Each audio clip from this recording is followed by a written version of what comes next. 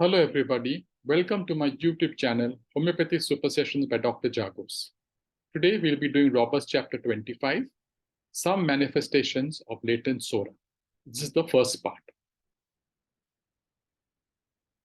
In the last video, we had learned the acute manifestations of the soric stigma. So in the last video, we had seen the different symptoms belonging to different parts, locations, or systems of the body.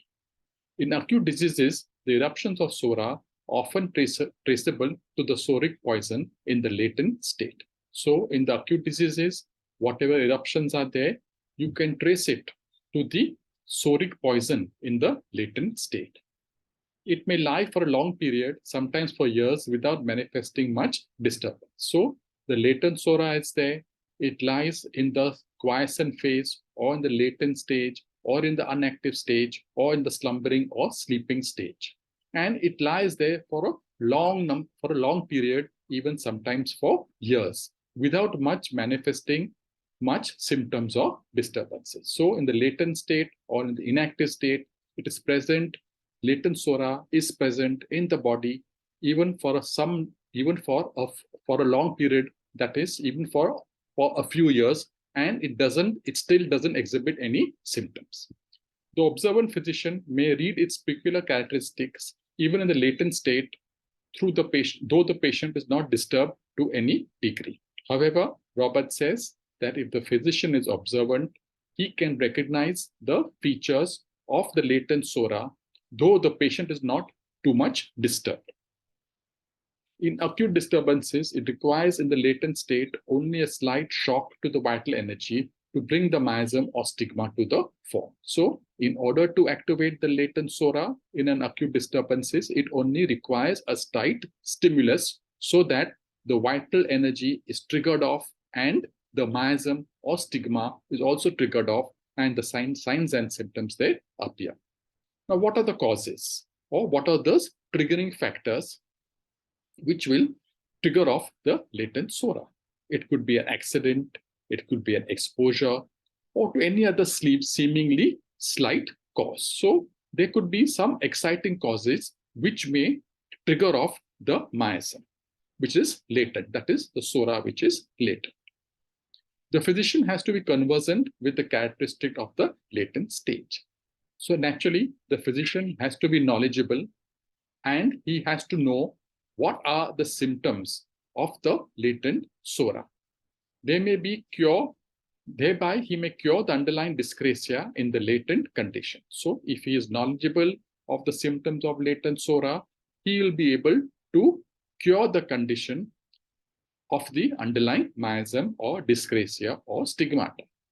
The acute manifestations are thus mitigated, which will help to eradicate the soric poison. So whatever exciting causes are there, or whatever acute manifestations are there, which has triggered off the latent sora, if the physician is conversant with the symptoms of latent sora, he will be able to eradicate the soric poison completely from the body.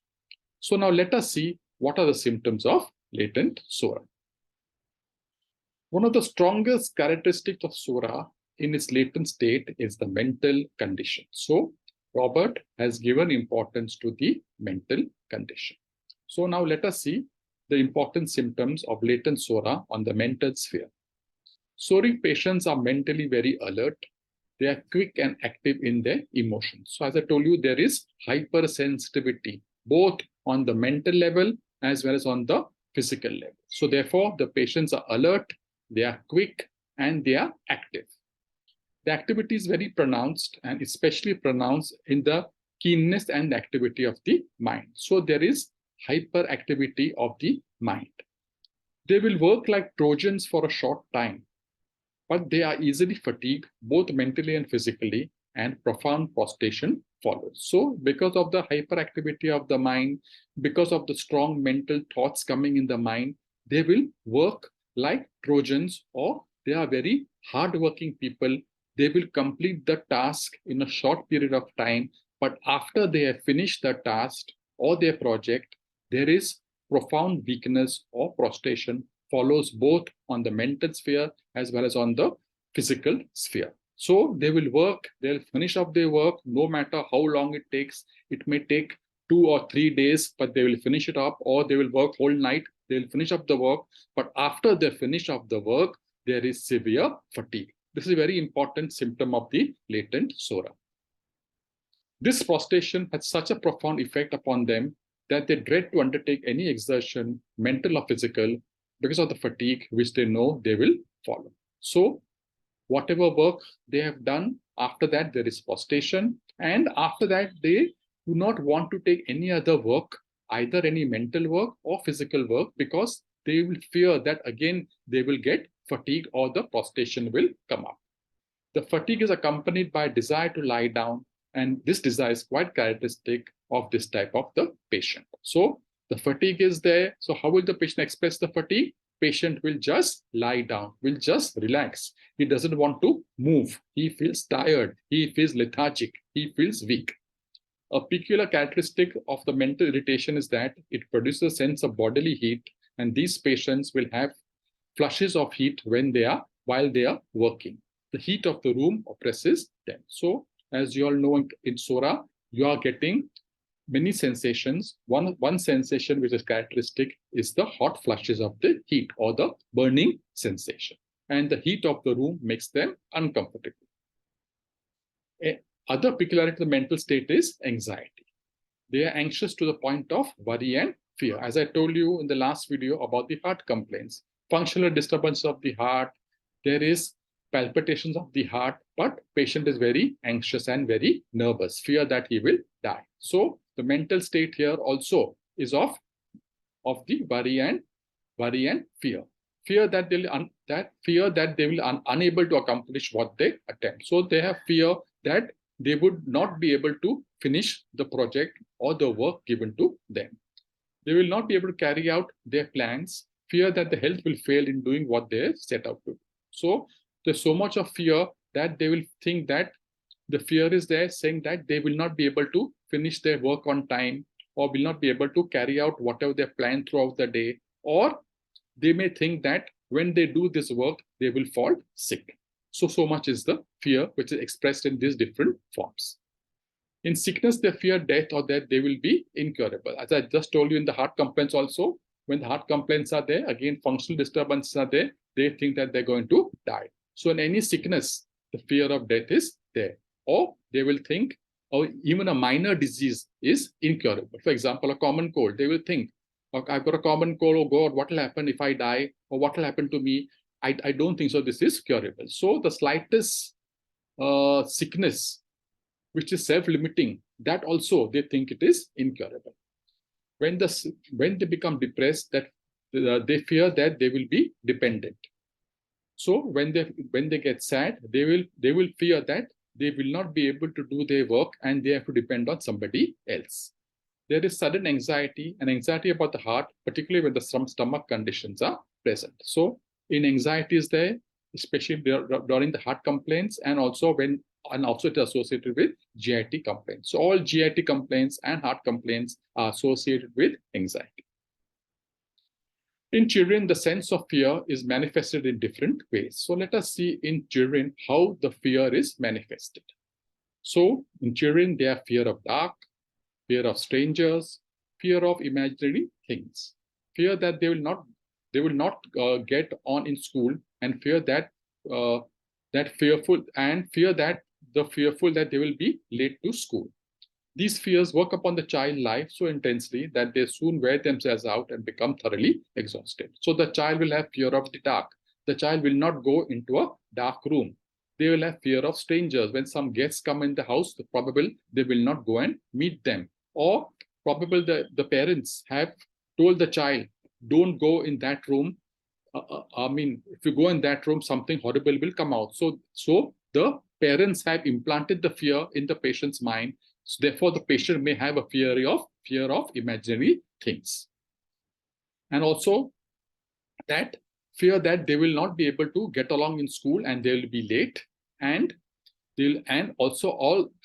All these fears of the child are accompanied with exhaustion, prostration, and weakness. In adults, the things are quite different.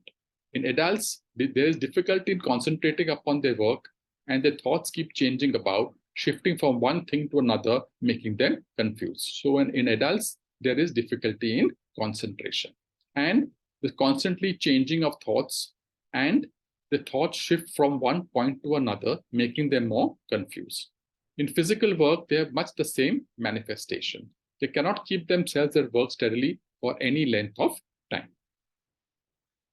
They are restless. They complain that they want to do something, but they do not know what to do and when they want to do it. They start the task, but they cannot finish because they get tired. Uneasiness, anxiety, and restlessness makes them compelled to move because they cannot keep still. The restlessness is particularly noticed at new moon or in women at the approachment of the menses. The change of temperament without any apparent cause is a part of the cycle. They become hysterical and they go into fits of temper. So out here also, hysterical manifestations again of Sora. Young people particularly become hysterical, especially after acute weakening disease.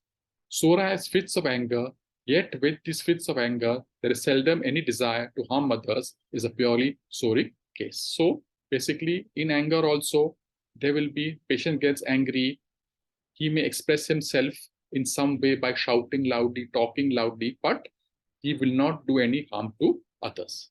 That's important in Sora. However, the soric base is united with psychosis or syphilis.